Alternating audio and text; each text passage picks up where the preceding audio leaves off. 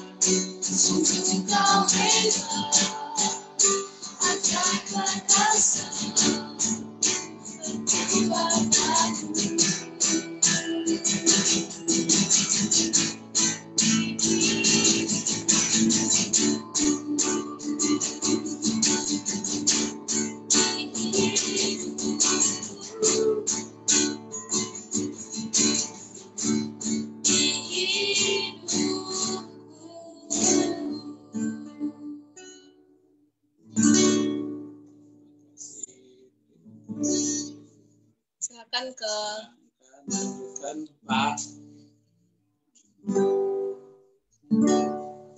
Ya, shalom malam. Shalom malam.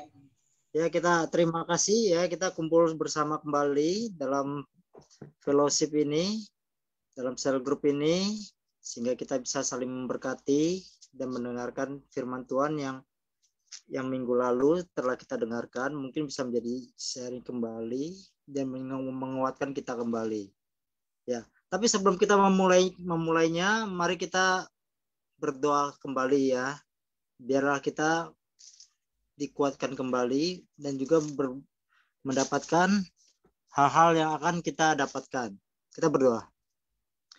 Tuhan, kami diberkati, dikuatkan, disehatkan kembali berkumpul bersama teman-teman, rekan-rekan kumpulan kami untuk mendengarkan firman daripada yang kami pernah dengar, yang akan kami bahas kembali, yang kami akan sharingkan kembali.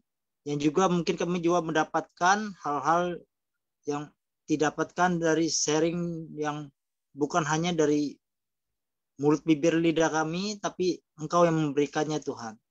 Berkati juga pada teman-teman kami yang sudah hadir, saling memberkati, dan belum hadir, biar Tuhan juga mempersiapkan mereka untuk hadir.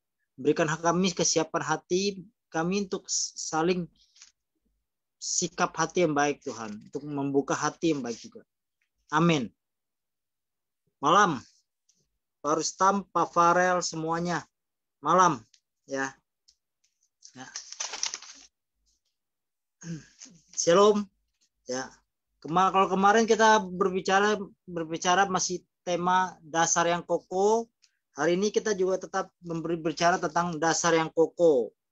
Nah, dasar yang kokoh itu sangat pelik pelik itu ternyata banyak sekali hal-hal yang ingin kita katakan, kita bisa mendapatkan apa yang membuat kita banyak bertumbuh di dalam Tuhan.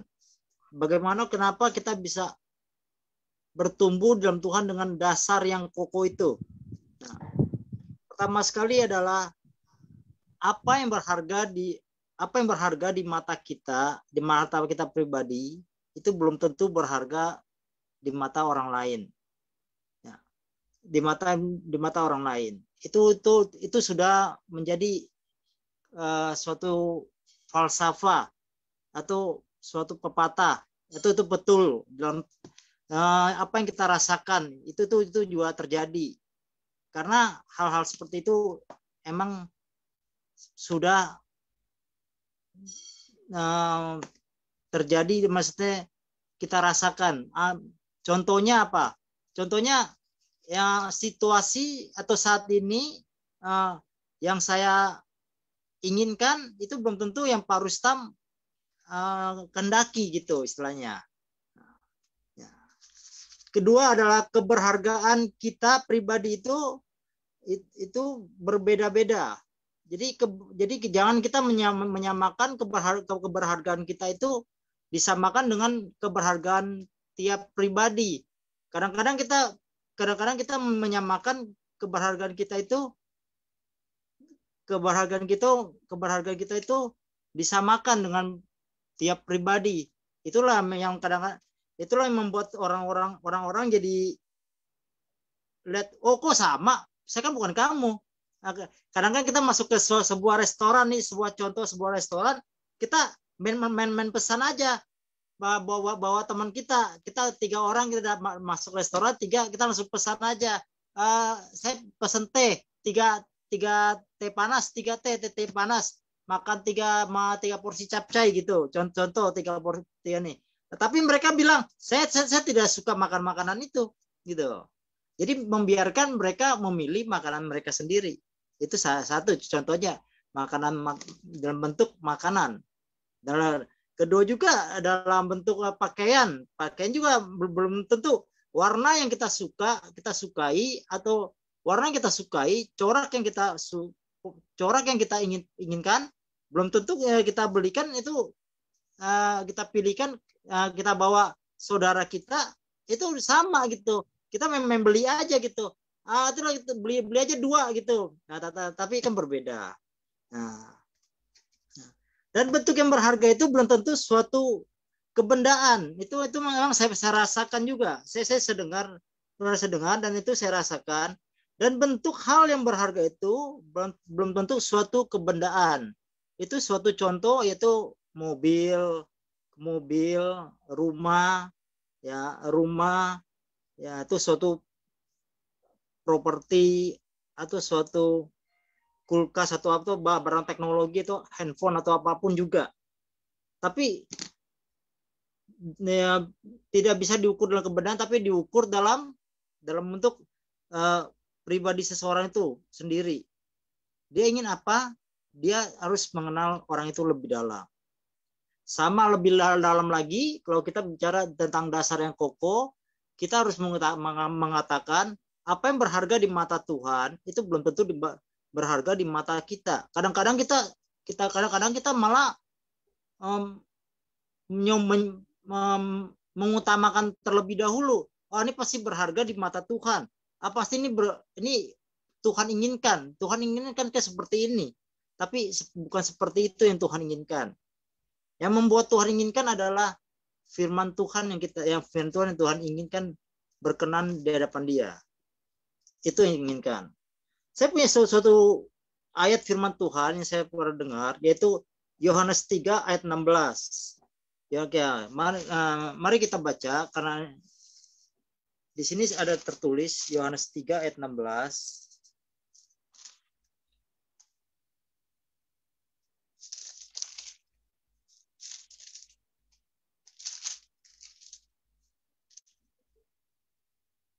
Karena begitu besar kasih Allah akan dunia ini, sehingga Ia telah mengaruniakan anaknya yang tunggal, supaya setiap orang percaya kepadanya tidak binasa, melainkan beroleh hidup yang kekal.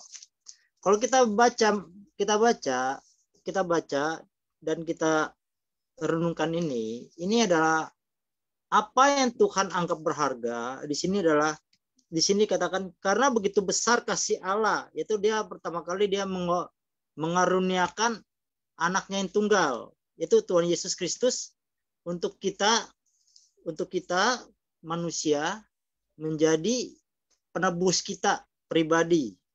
Bagi orang-orang percaya itu menjadi Tuhan kita, menjadi Mesias kita, pengampun dosa kita. Ya. Apakah sampai di sana Tuhan memberikan hal-hal berharga seperti itu? Masih belum. Masih ada lagi. Kenapa saya bilang masih ada? Maknanya lagi di sini adalah yaitu Tuhan sebelum Tuhan itu beranjak pergi ke terangkat surga, dia mengatakan akan memberikan Roh Kudus. Memberikan Roh Kudus. Di sini adalah bacaan Roh Kudus 2 Korintus 1 ayat 21 dan 22. Boleh kita baca sebentar 2 Korintus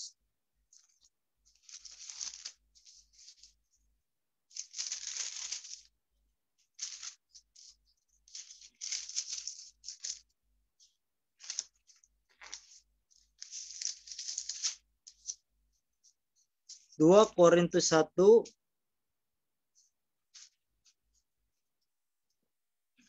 ayat 1, 2 Korintus 1 21 sampai 22.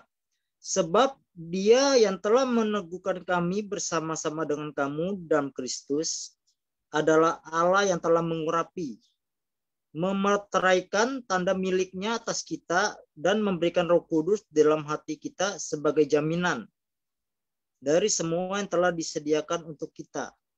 Jadi Roh Kudus itu adalah juga hal yang berharga yang Tuhan berikan dan Allah Bapa berikan kepada kita. Itu Tuhan juga katakan dan Tuhan Yesus katakan sebelum terangkat ke surga. Dalam hati kita itu sebagai jaminan. Kenapa seperti itu? Karena Roh Kudus itu yang memberikan kita kekuatan di hati kita. Bisa memberikan kita perbedaan-perbedaan. Kalau kita lebih mendalami firman Tuhan, perbedaan-perbedaan yang ada, apakah perbedaan apakah itu benar atau salah, kalau kita lebih mengenal firman Tuhan. Dan juga Roh Kudus itu lebih juga melindungi kita kalau kita dekat kepada Tuhan kita, menjaga kita daripada hal-hal yang tidak benar. Itu juga tertulis di Alkitab. Banyak sekali hal yang ingin dikatakan. Dan saya ingin mengatakan satu lagi biar mendapatkan dasar iman yang kokoh. Dapat dasar iman kokoh, yaitu ada di dalam Yohanes 15 1 sampai 8. Nah, di sini juga diceritakan Yohanes 15 1 sampai 8 ya. Tentang Yesus pokok anggur. Mungkin saya bacakan, nanti saya ilustrasikan sebentar. Yohanes 15 tentang pokok anggur.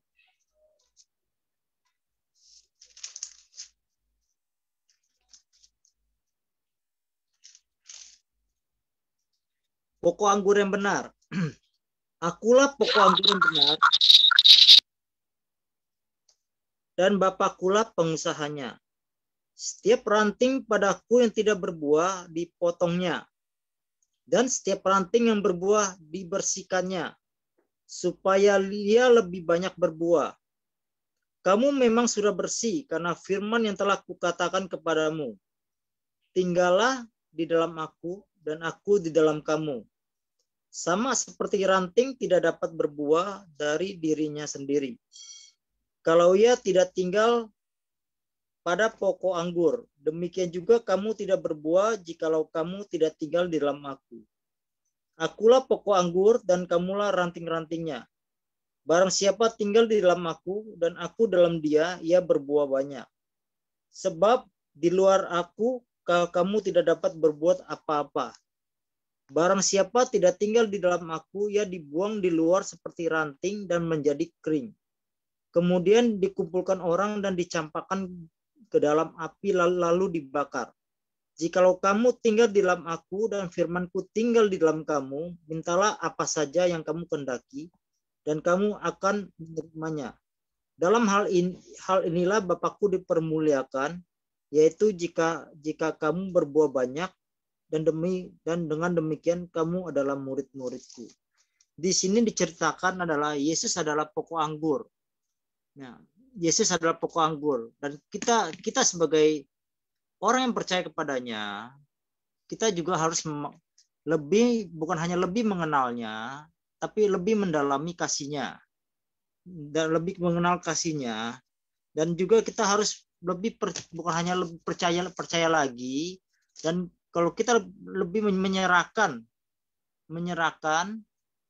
apa yang ada pada diri kita, sehingga kita dibuat rancangan kita itu ada rancangan yang dari Tuhan, sehingga kita mempunyai rancangan dari Tuhan, sehingga kita penyerahan dari Tuhan, sehingga kita ketika kita ada ujian atau cobaan atau satu hal, kita tidak cepat jatuh, kita tidak cepat lalai, karena kita selalu diingatkan bahwa kita ingin selalu berbuah dan berdiri.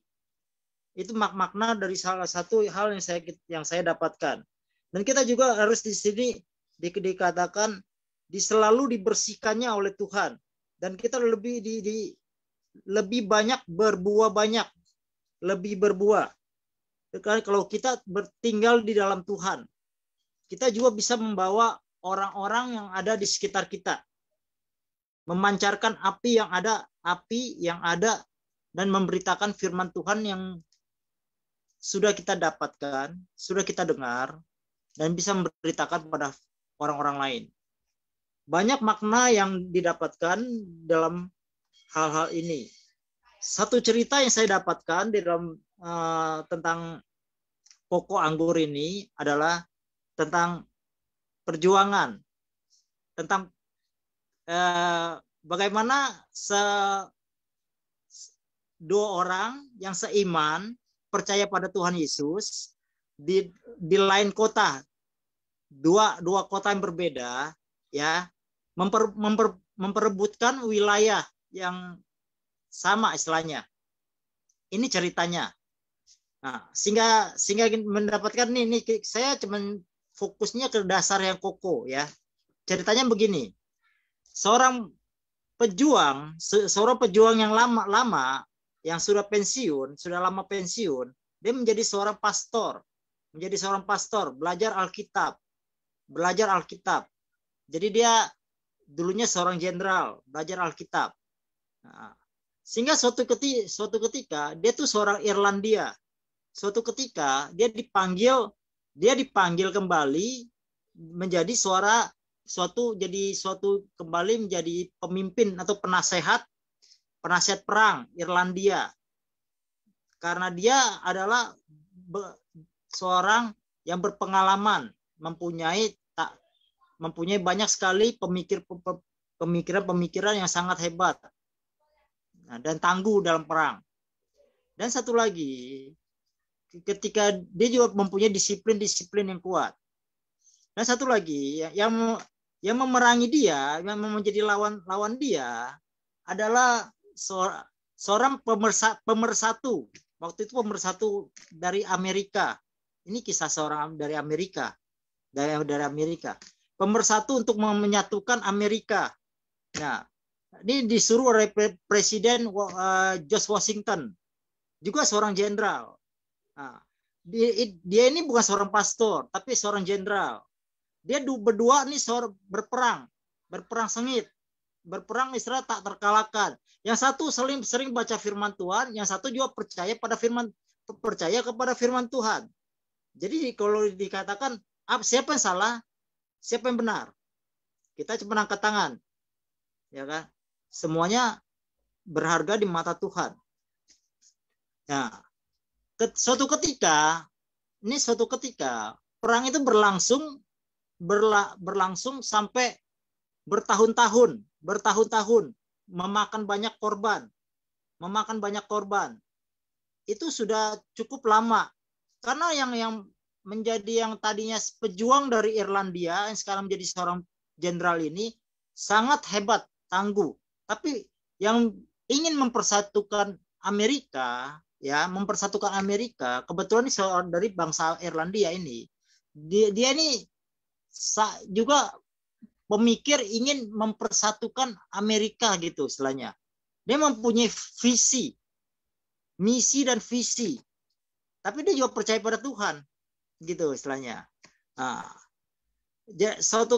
dan akhir cerita si pastor ini pada ini tahun 1700-an tertembak waktu perang, tertembak oleh anak buahnya sendiri. Jadi dia tuh kaget semuanya. Kok jenderalnya tertembak? Itu lagi mundur perang.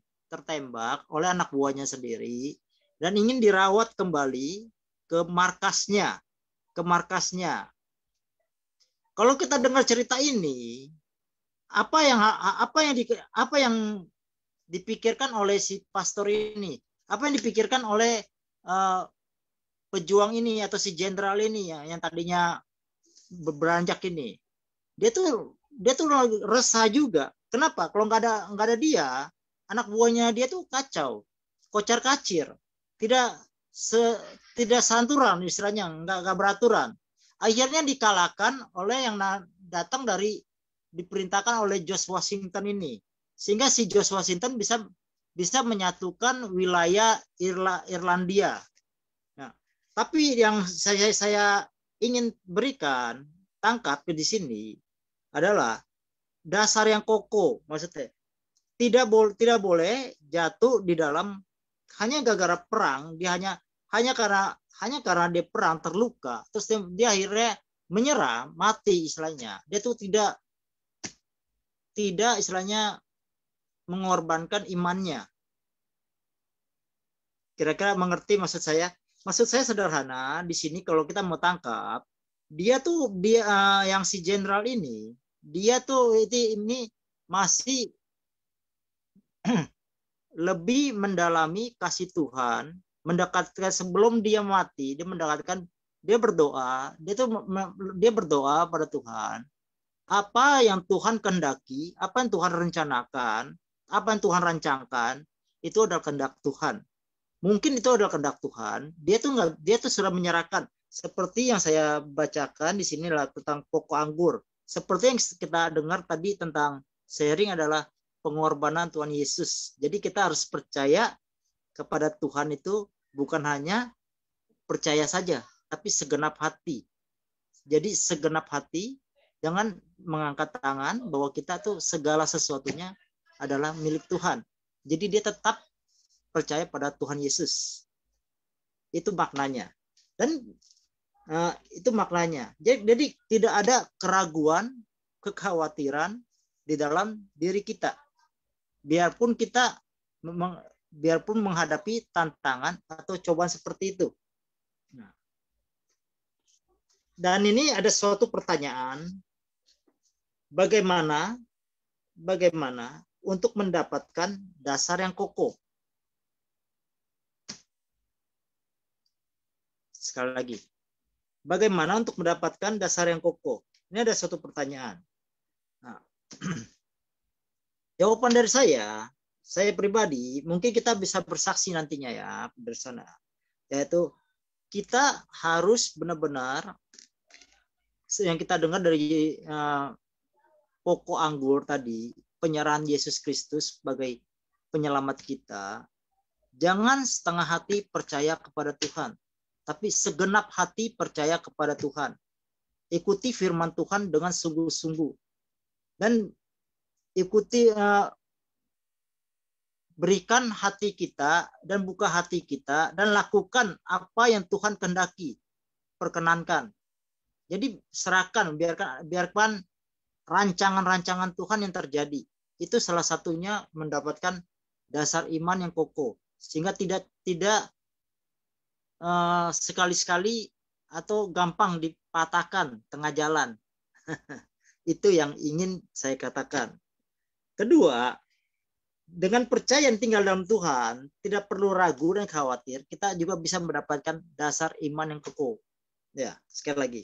Dengan percaya dan tinggal dalam Tuhan, kita tidak perlu ragu dan khawatir, kita pasti mendapatkan dasar iman yang kokoh. Kedua, kenapa kita mesti bertumbuh? Kenapa kita mesti bertumbuh? Ya, itu mesti kita juga pasti memikirkan. Ya, contoh dari kalau kita kehidupan pribadi, kenapa saya ingin naik pangkat istilahnya? Kenapa saya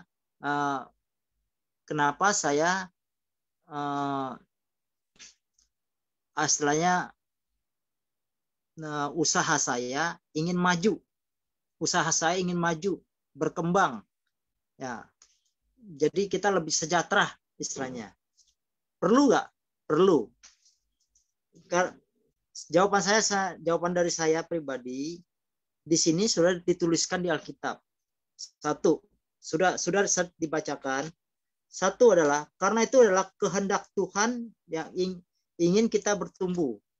Karena Tuhan ingin kita menjadi api terang kecil, istilahnya menjadi sorotan, penyemangat istilahnya, penyemangat orang-orang di sekitar kita sehingga bisa memberitakan firman Tuhan dan kasih Tuhan. Itu yang Tuhan inginkan, salah satunya. Itu yang kedua. Kita juga bisa saling memberkati. Kalau kita menjadi orang yang diberikan bertumbuh. Kenapa kita ingin bertumbuh? Karena kita ingin memberkati orang-orang di sekitar kita, menjadi seorang penolong. Karena banyak sekali orang-orang yang perlu ingin kita bantu. Nah, ya, itu yang ingin saya sharingkan. Itu yang ingin saya beri istilahnya katakan di malam hari ini. Tapi saya percaya sebelum kita melakukan apapun juga pasti banyak hal dan cerita-cerita dari ibu atau rekan-rekan atau teman-teman atau bapak-bapak yang ingin saksikan atau ceritakan. Coba silakan. Dari Bu Sherly, Bu Linawati, atau Pak Rustam, ya silakan.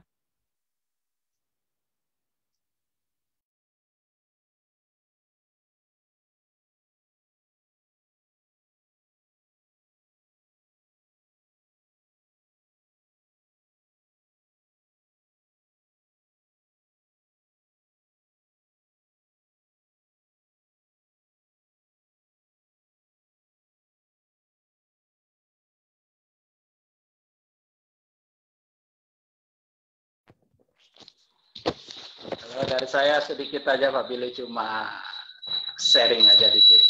Kedengaran nggak suara saya Pak? Kedengaran. Oh, kedengaran ya. Ya. Mengenai pondasi yang kokoh itu saya sangat setuju juga. Kalau suatu bangunan itu didirikan itu harus berdasarkan pondasi yang kokoh, yang kuat. Saya waktu kemarin main ke rumah kakak, dia ada ponakan beli rumah di dekat saya, kan saya main-main ke sana.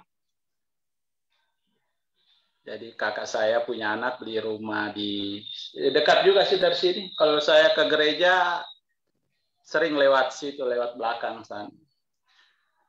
Baru dia cerita, saya kan lihat dia punya bangunan samping itu retak-retak. Saya tanya, ini kenapa dindingnya ini? Wah, dia bilang ada alat-alat kemarin lewat katanya. Mungkin alat berat yang rodanya itu yang besi. Dia jalan kan dia bergetar.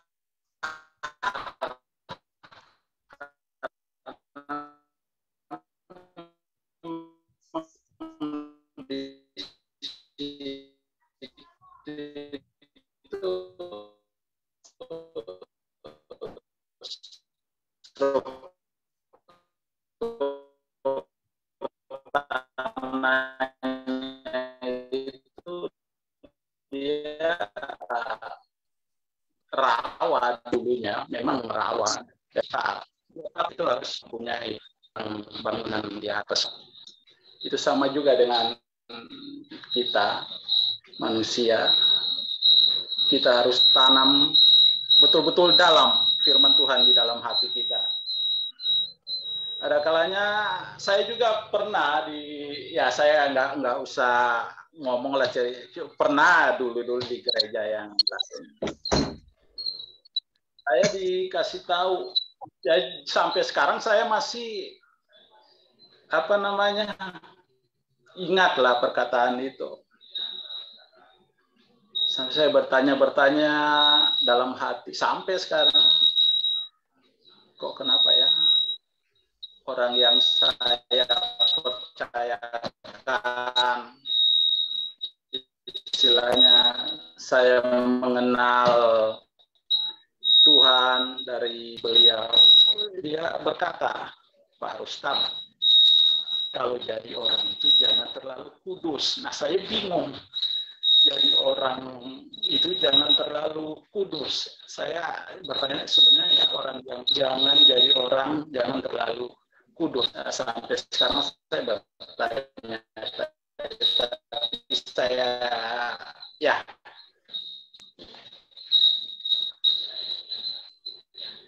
sampai bingung juga sih sebenarnya, tapi ya itu dia.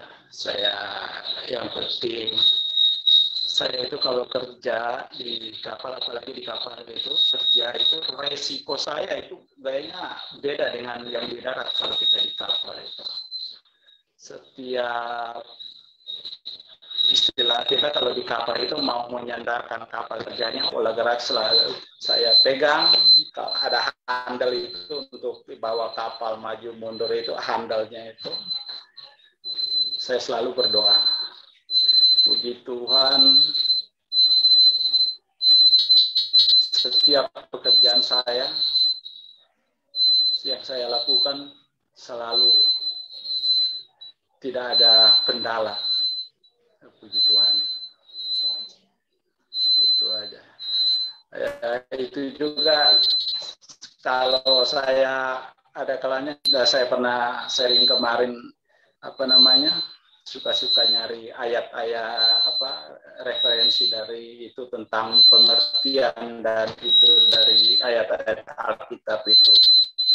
Saya takut saya membaca kilas atau hanya sambil lalu saya takut mengambil kesimpulan yang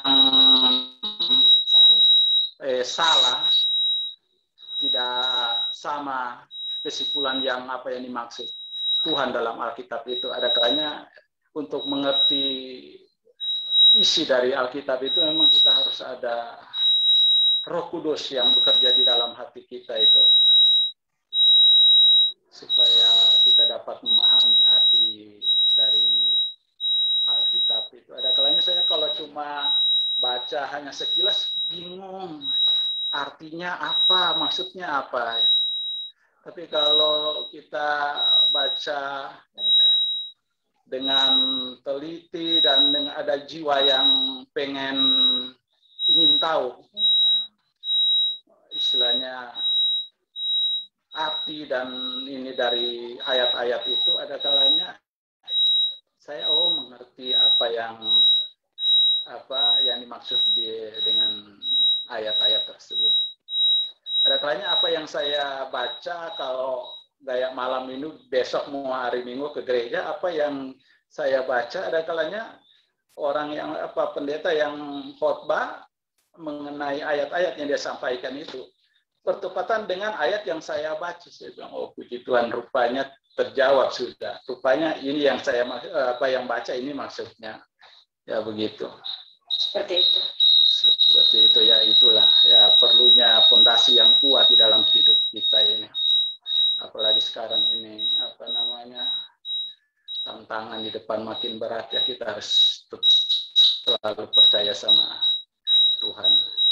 Kita percaya bahwa Yesus itu adalah segala-galanya. Itu aja Pak Biri sharing saya.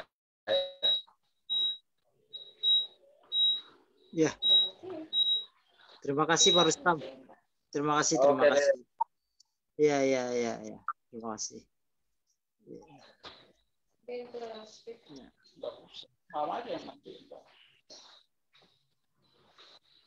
Ya, ada yang lain? Cerita-cerita atau hal-hal yang ingin disampaikan hingga menguatkan kita sekalian?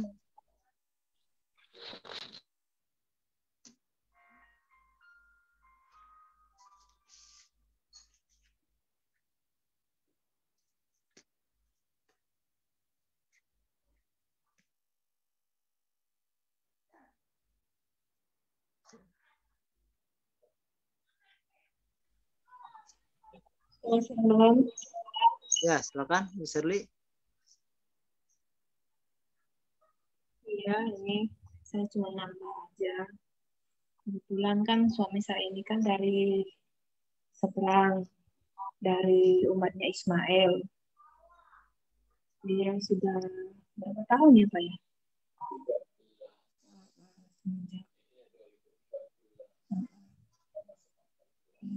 Kan kami dulu menikah di tahun 90, bulan Desember ya Pak. 91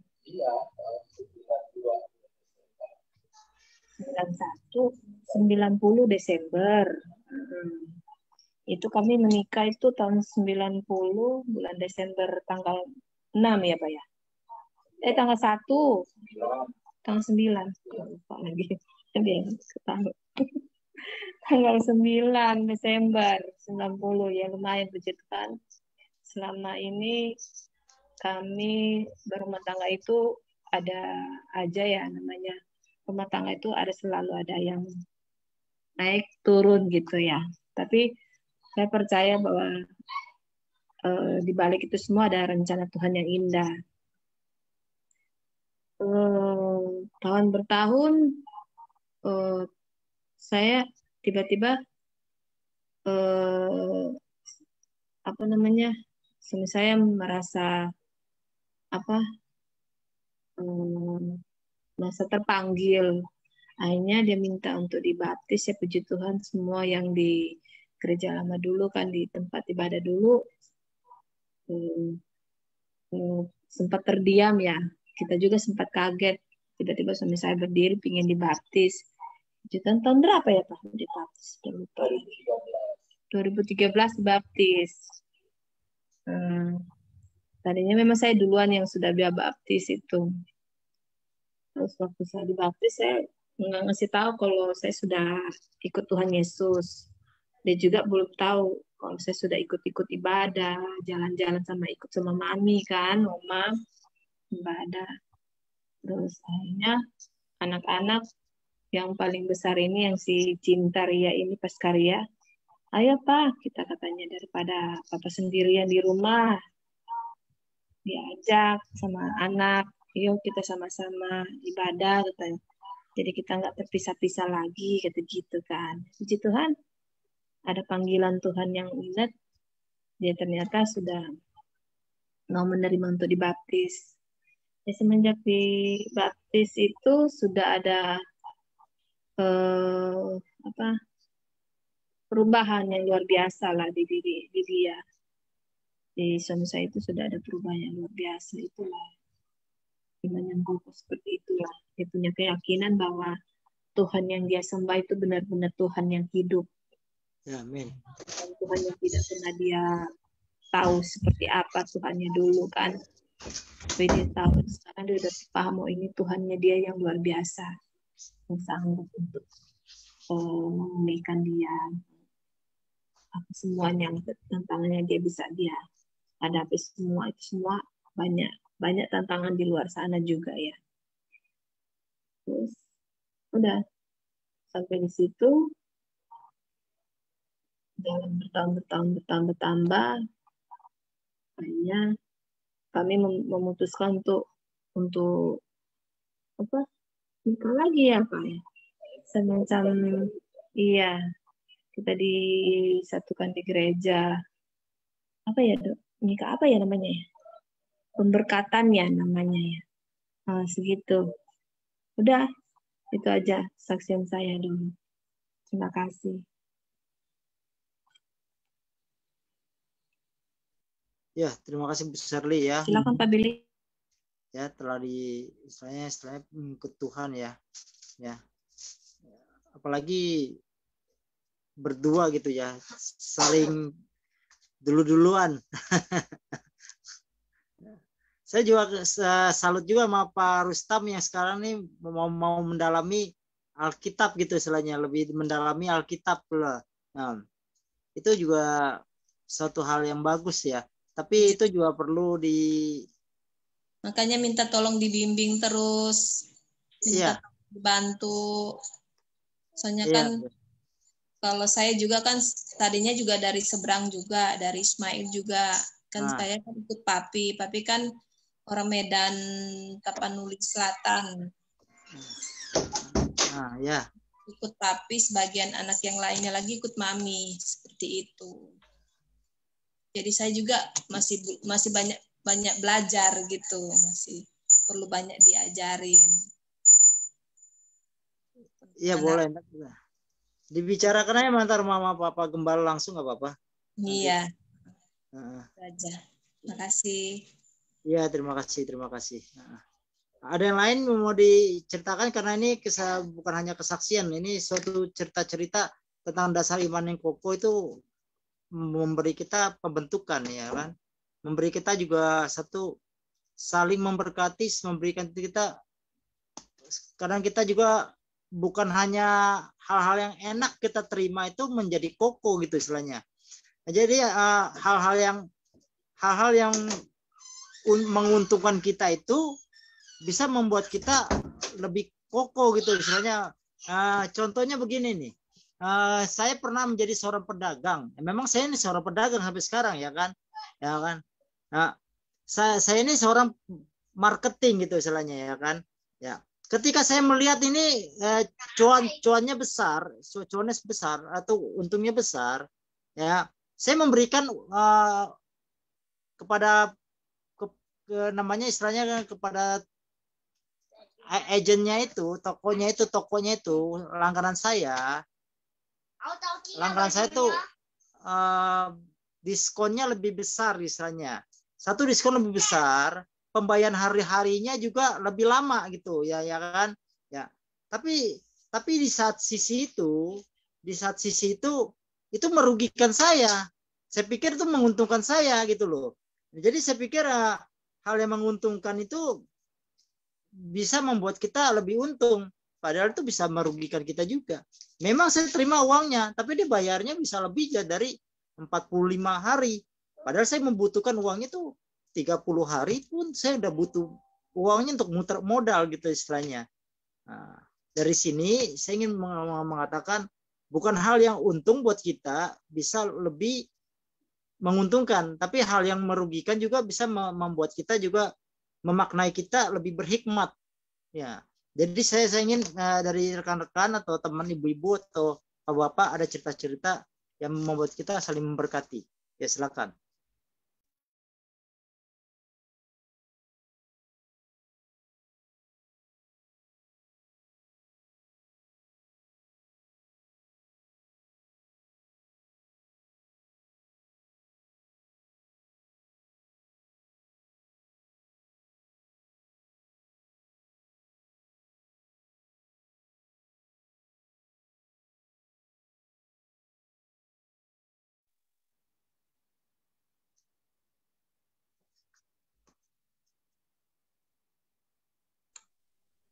Gini, Ko Billy. Ya, coba. Ya, kan kita sekarang lagi ada di tengah pandemi nih ya. lagi PPKM ini kan semua aktivitas kan serba terbatas. Kau Billy kan sebagai pedagang nih, sebagai marketing, ya ibu kan juga punya usaha. Gimana? Terkena dampak atau tidak? Kalau terkena dampak, bagaimana mensiasatinya? Nah, itu kan bisa menjadi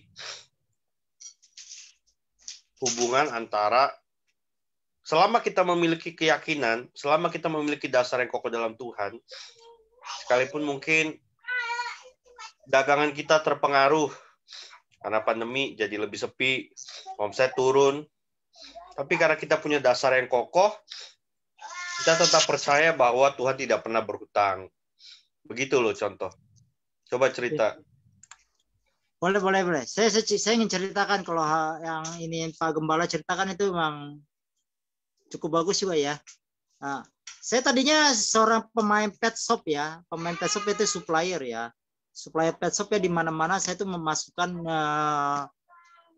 jadi saya kayak sampo, parfum, jadi alat-alat luar buat dog and cat gitu istilahnya. Jadi bukan makanannya, bukan dog foodnya. Tapi semuanya saya pegang itu semuanya. Nanti produknya hampir sekitar di atas 50 produk lah.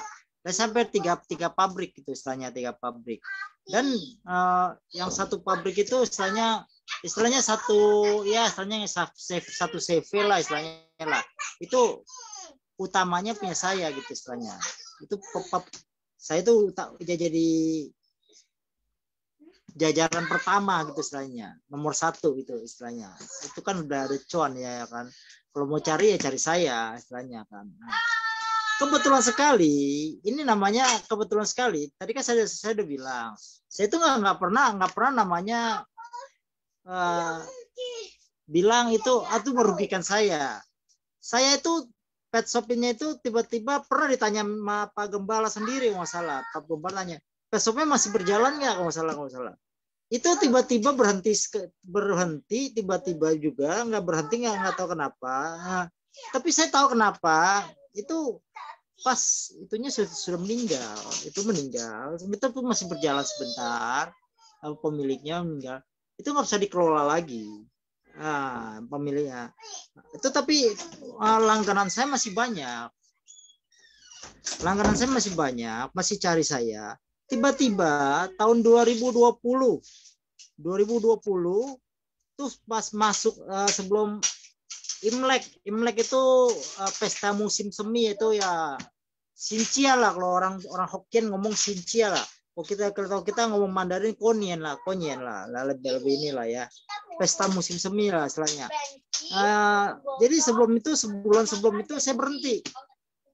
Saya tidak menjalankan pet shop. Padahal pet shop itu saya lumayan untung juga.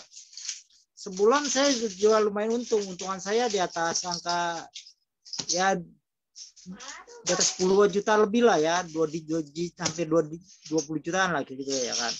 Oke. Saya tutup di sana Bapak. Saya nggak permasalahkan. Tiba-tiba pas lagi konien datang namanya corona gitu. Di sini di Indonesia dikabarkan corona. Di Beijing katanya ada corona. Di sini juga katanya sana nggak bisa konyen, biasa-biasa saja. Di sini belum dimasuk. Di sini kalau nggak salah Februari, sini Maret kalau nggak salah. Nah kebetulan sekali itu namanya seperti kata, kalau saya pikir itu rancangan. Terima kasih. Oke, saya ngikutin.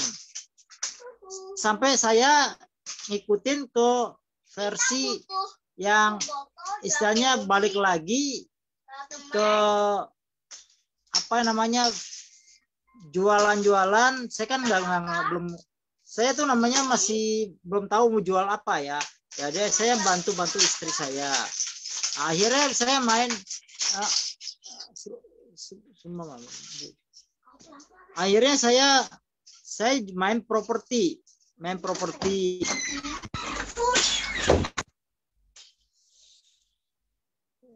Saya main properti. Saya masuk properti Century 21. Ya kan? Itu 6 bulan yang lalu ya kan. setahun yang lalu, yaitu setahun yang lalu. Tapi tiba-tiba ini corona tuh mengganas gitu istilahnya. Ini 1 bulan 2 bulan ini mengganas sekali ya kan. Tiba-tiba nih waktu itu kemarin itu saya tuh banyak ditawarkan rumah-rumah. Banyak ditawarkan rumah-rumah. Padahal tipe saya tuh memang saya suka market. Dan ini orang suka namanya di antara waktu itu main pet shop, saya juga main asuransi. Tapi saya sekarang ini saya lebih banyak ke fokus. Saya lebih banyak mendalami juga namanya fokus. Saya juga belajar fokus, maksudnya majuin sesuatu dahulu. Fokus sesuatu dahulu. Ketika properti saya main properti dahulu ya, jadi yang lain saya tinggalkan dulu. Jadi properti saya mainkan, saya juga main properti itu banyak sekali. Saya juga belajar lagi. Istri saya sering nanya saya apa. Saya bilang saya bukan nggak bisa jawab, saya bisa jawab. Tapi saya bilang properti itu kan banyak sekali yang main. Kedua, di properti itu kita juga harus tahu namanya tuh besarnya rumah, luasnya rumah, hadap mana, pintunya berapa. Terus saya lebih suka main yang namanya kayak rukan gitu ya kan, ketemu orang. Nah, ya pertanahan gitu ya kan, kafling. Nah, oke di situ. Tapi tiba-tiba saya juga kenal ketuanya, semuanya kenal. Tiba-tiba nggak tahu kenapa. Ini namanya berkat Tuhan. Itu teman-teman lama saya. Teman-teman lama saya. Istilahnya kepala wilayah kayak kepala wilayah divisi Senturinya itu teman lama saya semua. Tiba-tiba itu orang Abalov gitu istilahnya. Itu 20 tahun yang lalu. Saya kenal dia kenal. Dia Ngkongko juga kenal, dia kenal saya. Nah, itu semuanya kenal lah, berkat lah. Dari yang di Kelapa Gading saya juga kenal itu. Jadi pas itu nggak kebetulan. Tapi pas seperti Pak Gembala ceritakan pada saya, apa yang terjadi sekarang ini? Sekarang ini di properti itu dilarang untuk datang. Jadi kita juga mengikuti apa yang dikatakan. Selama 3 minggu ini tidak boleh datang ke kantor dahulu. Hanya orang-orang yang bertugas saja dan mempunyai kepentingan baru datang ke kantor. Dan juga di saya juga mengikuti misalnya kayak JKI Homes gitu ya kan. JKI Home punya kayak grup ya kan. Itu juga diwartakan banyak yang dikabarkan terjadi kena corona, meninggal gitu loh, sakit-sakitan. Dan satu hal yang saya ingin katakan, di situ kan terjadi kan banyak orang. Biarpun itu, makanya saya bilang safety-nya tuh sekarang ini apa yang sebenarnya ya, saya ini paling di sini mau nggak mau dia bilang lihat online sekarang, paling lihat libur istilahnya, kalau benar libur tapi lihat apa yang dibacakan. Tetap saya mendapatkan warta dan info. Saya tetap bergelut di properti. Nah, jadi selama waktu-waktu sekarang ini itu agak riskan datang ke kantor katanya. Jadi kalau kita ditambahkan sampai Agustus belum diwartakan. Nah, itu saja yang ingin saya katakan. Nah, jadi mungkin ada yang lain.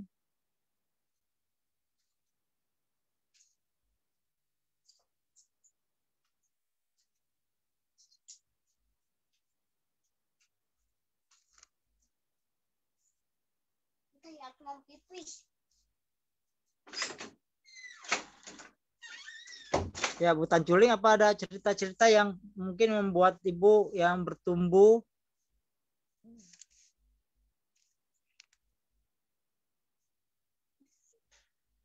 Ya. Bagaimana Bu Tanculing?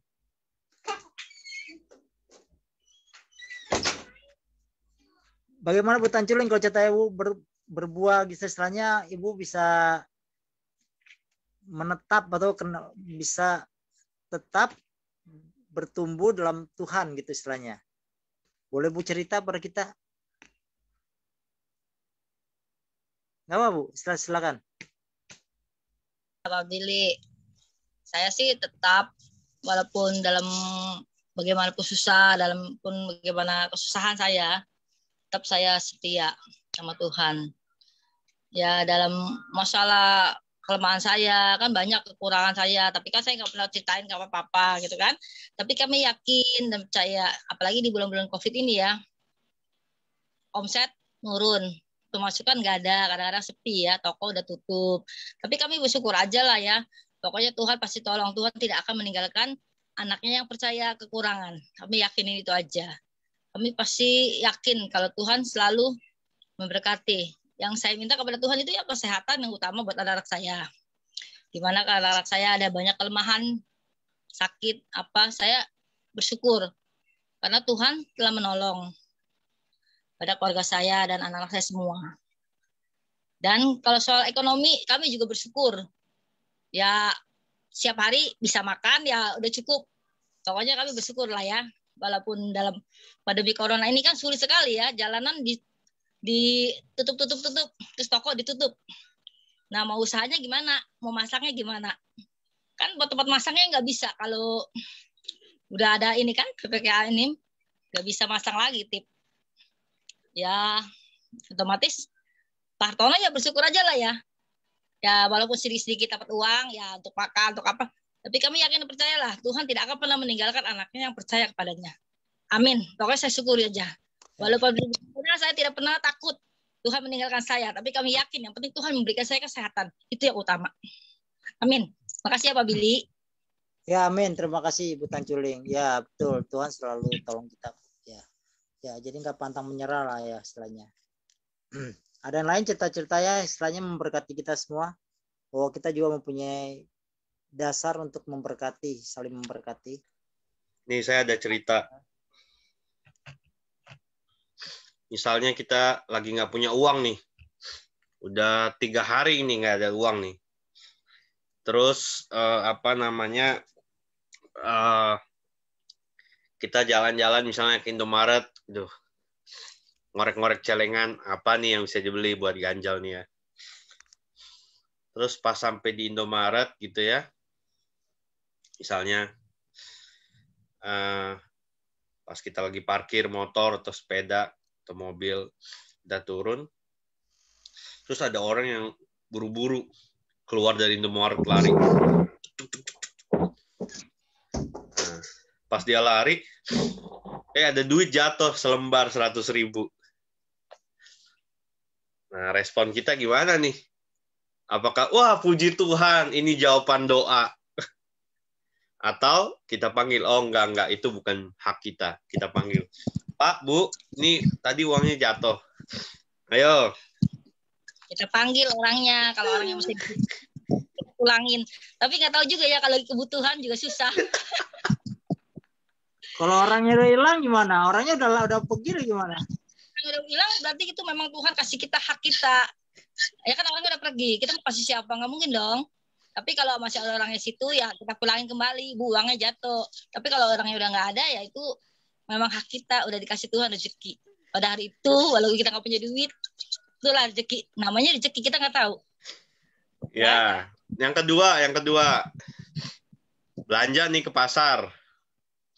Ya, belanja ke pasar, belanja habisnya 40.000. Ya, kita bawa uangnya 50.000 nih, habis belanjanya habisnya 40.000. Harusnya kembalinya berapa?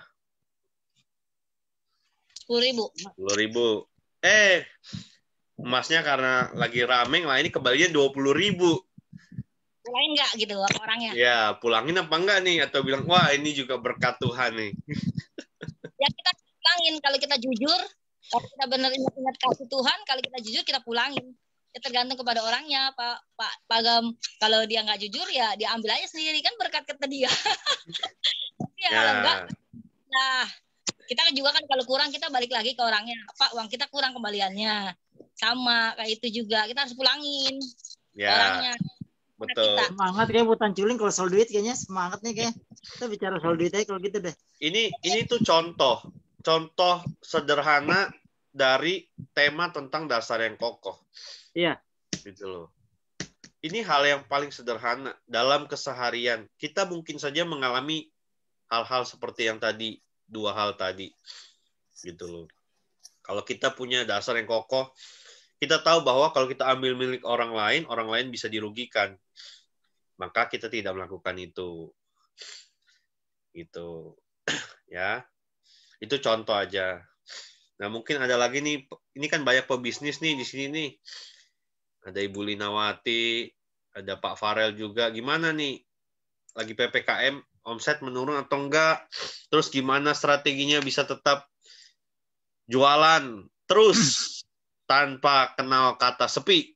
Ya, bisalah cerita supaya yang lain tuh juga dasarnya nih makin kokoh gitu loh. Kita jalanin aja, Pak. Kita harus kuat walaupun sepi. Tapi kita harus yakin walaupun sepi kita yakin bahwa hari ini kita nggak apa-apa lah. Besok kita dapat lagi. Jangan putus asa. Kalau kita putus asa ya kita harus makan apa? Kerjaan kita kan itu doang. Iya. Kalau saya sedihnya nggak bisa makan bakmi. Ya. Nggak bisa makan bakmi di tempat. Iya, sekarang udah nggak bisa makan di mana-mana, susah. Jadi cepat. Kemarin saya makan bakso, manggil abang gerobaknya ya, saya berhenti di depannya pakai mobil, duduk makan di mobil, bang tunggu sebentar ya, saya makan. Gitu. Tadi saya coba makan di Rawabungun, Jakarta makan bakso nggak ada tempatnya. Habis dari Rawabungun ya? rumah sakit mata, iya, kontrol mata Talina kan. Iya. Tapi tetap aja nggak ada tempatnya. Akhirnya pulang-pulangnya makan dekat rumah. Susah, males kalau bawa pulang kan jadi banyak bebannya. Iya, juga rasanya kan belum tentu sama. Iya, kalau sambelnya mau banyak, apanya mau banyak. Paling enak di tempatnya. Ya udahlah, bikin aja deh. Ayo mungkin Pak Farel atau Ibu Linawati nih, pengusaha-pengusaha sukses nih.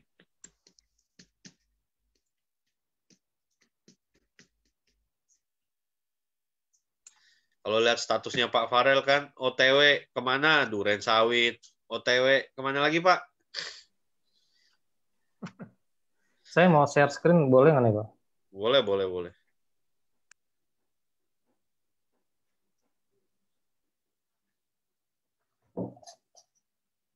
Udah. Oke, tunggu ya Bapak Ibu ya, saya mau share screen dulu nih. Menu baru DGM? Bukan.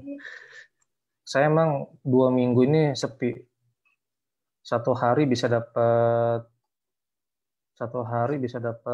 2 botol kecil aja udah bersyukur banget. Emang sepi 2 minggu nih. Tapi saya berpikir positif, mungkin Tuhan izinkan sepi supaya istirahat dulu ya. Jangan sering-sering keluar ya. Karena di lingkungan kami makin banyak yang baru kemarin ada yang meninggal satu bapak-bapak. Gara-gara itu. Jadi berpikir positifnya ya mungkin Tuhan izinkan supaya kita nggak keluar-keluar mencegah kerumunan. Saya mau share screen nih, kemarin saya baru dapat foto ini. Saya udah kelihat Bapak Ibu ya. Udah bisa lihat ya, yang pakai handphone mungkin bisa di zoom ya. Iya. Nah, saya kemarin baru dapat ini dari teman saya. Siapakah aku di era COVID-19? Itu ada 3 zona dia. Zona ketakutan, zona belajar, zona bertumbuh. Kalau kita hitung-hitung ini COVID ini udah dari tahun 2020 ya. Kita mulai 2020 itu bulan Maret kalau saya nggak salah. Ini 2021, udah 1 tahun lebih ya. 1 tahun lebih.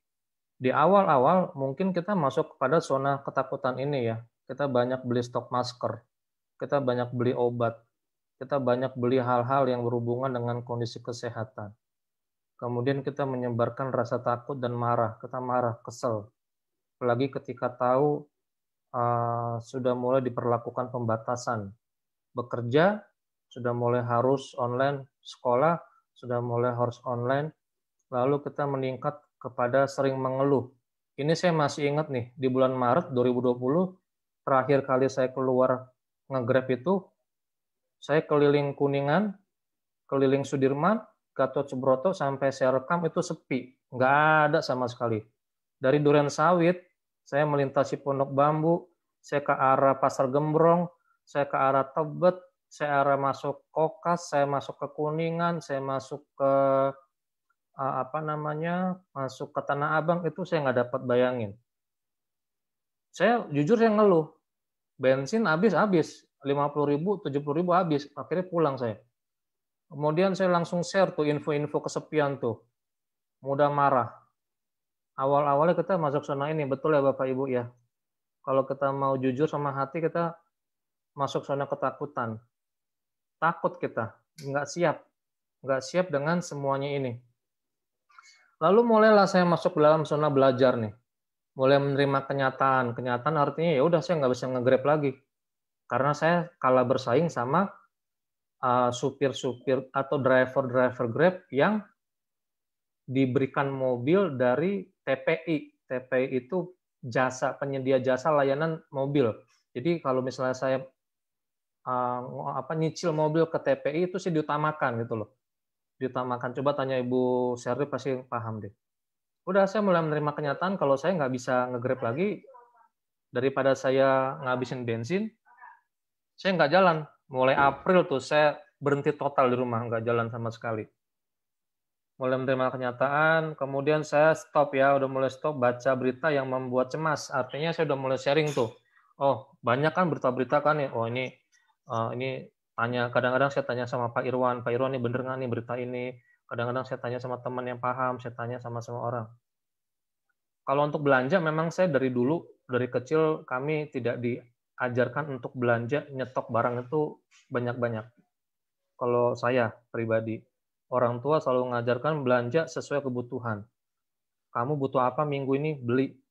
Cukup gitu artinya. Walaupun stok ya paling stok 1 atau 2 aja. Nggak sampai stok sampai di atas 5 barang itu saya stok 1 bulan tuh nggak pernah saya seperti itu.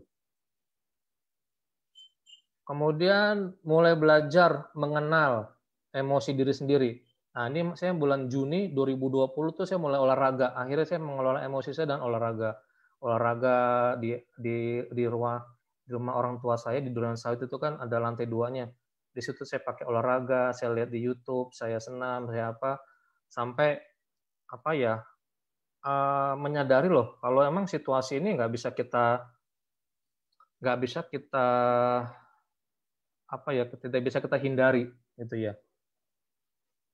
Dan kita belajar untuk bertindak apa tindakan saya selanjutnya, daripada saya bengong-bengong menimbun lemak di perut, ya saya mulai olahraga.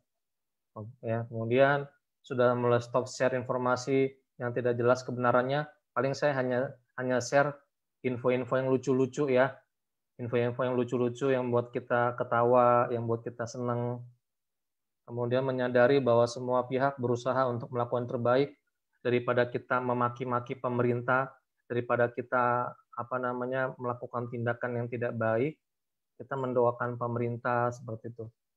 Puji Tuhan, kami sudah masuk zona bertumbuh. Kami itu artinya saya, istri, sama anak-anak masuk zona bertumbuh.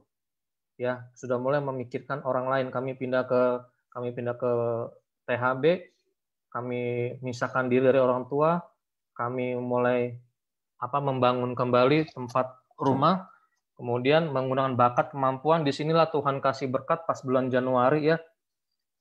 Ada tempat tinggal yang baru, kemudian ada pekerjaan yang baru, itu kaget luar biasa. Saya nggak nyangka itu bisa ngajar lagi di Hang Tua itu. Ternyata Tuhan izinkan kemampuan saya, bakat saya tuh dikasih sama Tuhan. Seperti itu. Kemudian hidup di saat ini dan fokus ke masa depan, saya udah mulai fokus untuk kembali mengajar, tidak menyesali lagi yang lain-lain sama semuanya, sama keluarga, penuh kasih sayang sama anak, sama istri, sama orang lain. Dan yang saya syukuri, di komplek ini, mereka saling perhatian, Bapak Ibu. Kita memang patungan, semua warga mengumpulkan dana seadanya.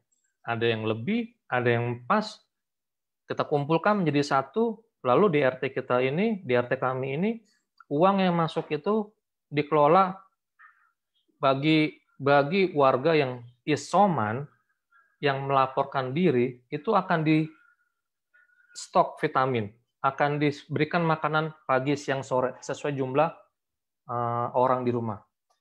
Nanti ada yang kelola, gitu ya. Dan saya memberikan apresiasi kepada RT ya, sama Satgas COVID. Mantap, luar biasa.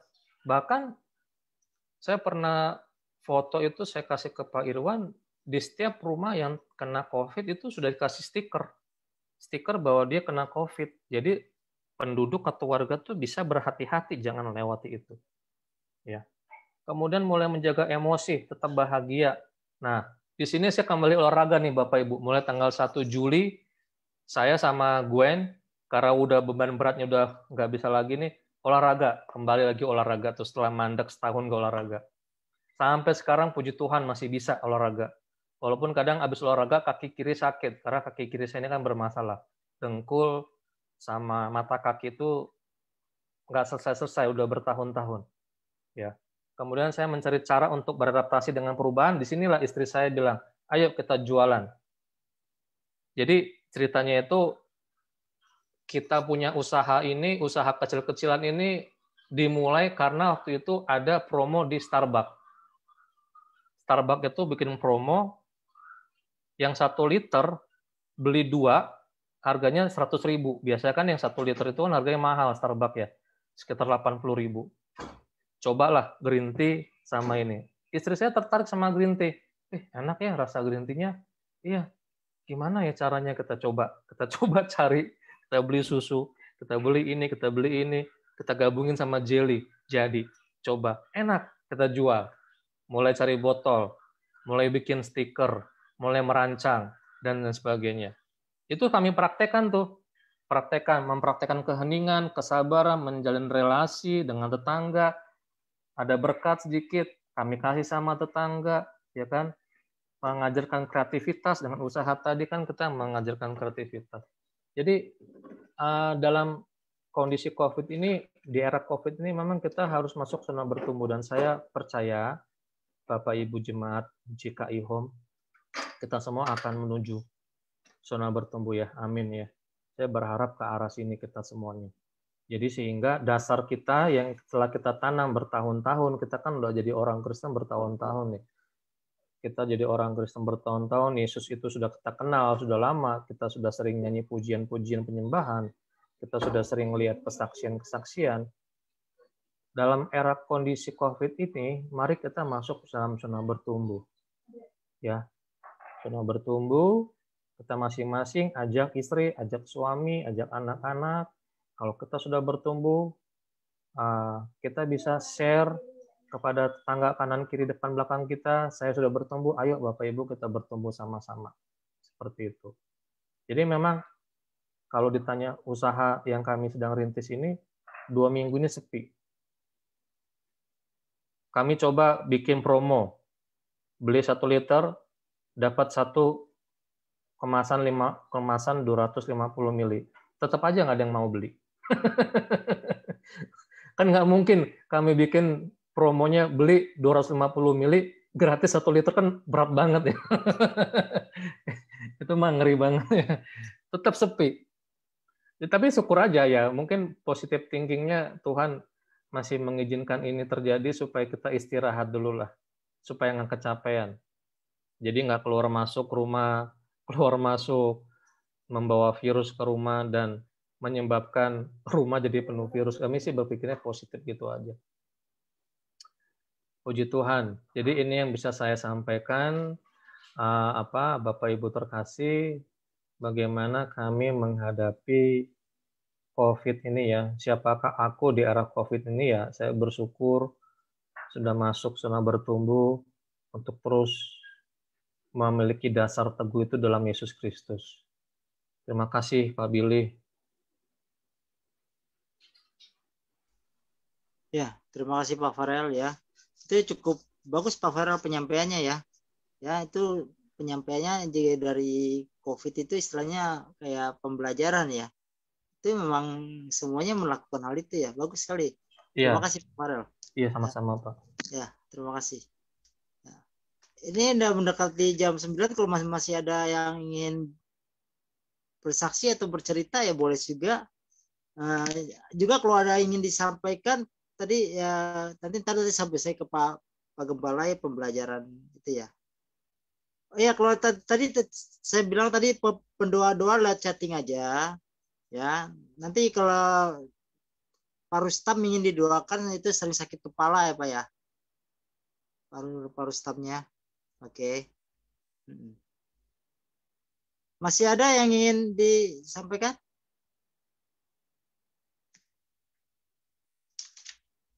Ya, kalau tidak ada, ya kita tutup aja, ya, dengan juga doa buat keluarga-keluarga. Ya, tutup dengan doa syafaat juga. Bagaimana kalau Pak Farel doa Pak? Ya, boleh Pak, boleh Pak. Bapak doakan ya Pak ya. Bapak yang doa aja. Oke Pak, silakan Pak. Ya. Baik Bapak Ibu terkasih, kita masuk dalam doa syafaat pada malam hari ini. Kita bersyukur yuk, kita berdoa. Terima kasih Tuhan untuk kebaikan yang Tuhan berikan dalam kehidupan kami. Melewati hari demi hari, kami mendengar berita. Begitu banyak orang mengalami kejenuhan. Begitu banyak orang mengalami ketakutan. Begitu banyak orang mengalami kebimbangan, keraguan dalam menghadapi COVID-19 ini. Tapi kami percaya di dalam nama Yesus, Jemaat Mujikai Home, kami semua memiliki dasar yang teguh, dasar Kristus Yesus sebagai Juru Selamat kami. Dan kami percaya, kami terus berpegang teguh pada Engkau, sehingga kami bisa melewati hari demi hari dalam kondisi COVID-19 ini. Usaha yang sepi, kurangnya penghasilan, banyaknya bergumulan, dan lain sebagainya, Tuhan kiranya memberikan kekuatan bagi kami untuk kami dapat memanajemen emosi kami, supaya kami dapat memanajemen seluruh masalah ini dengan baik. Terima kasih Tuhan untuk Komsel pada malam hari ini. Kami sangat diberkati. Kami berdoa untuk Pak Rustam.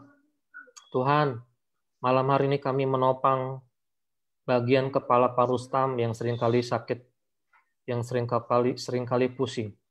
Di dalam nama Tuhan Yesus Kristus, Engkau Allah yang berdaulat, Engkau Allah yang berkuasa, kami berdoa dalam nama Yesus. Engkau menjamah kepala Pak Rustam pada malam hari ini. Engkau memberikan kekuatan, kesembuhan, pemulihan dengan kuasa darah Yesus. Kami menumpangkan tangan Tuhan dengan kuasa Allah Roh Kudus, memberikan kekuatan pemulihan pada Pak Rustam. Sehingga pada malam hari ini sakit kepala atau pusing yang Pak Rustam sering kali alami, dijamah, disembuhkan oleh kuasa darah Yesus. Terima kasih Tuhan.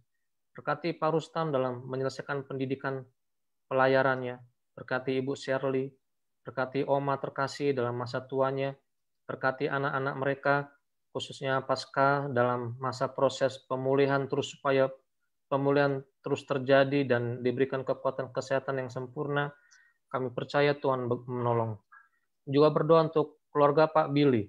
Bersyukur Tuhan untuk kasih setiamu bagi Pak Billy, Ibu, juga kedua anak terkasih. Di tengah-tengah kondisi COVID ini kami juga terus mendoakan usaha Pak Billy.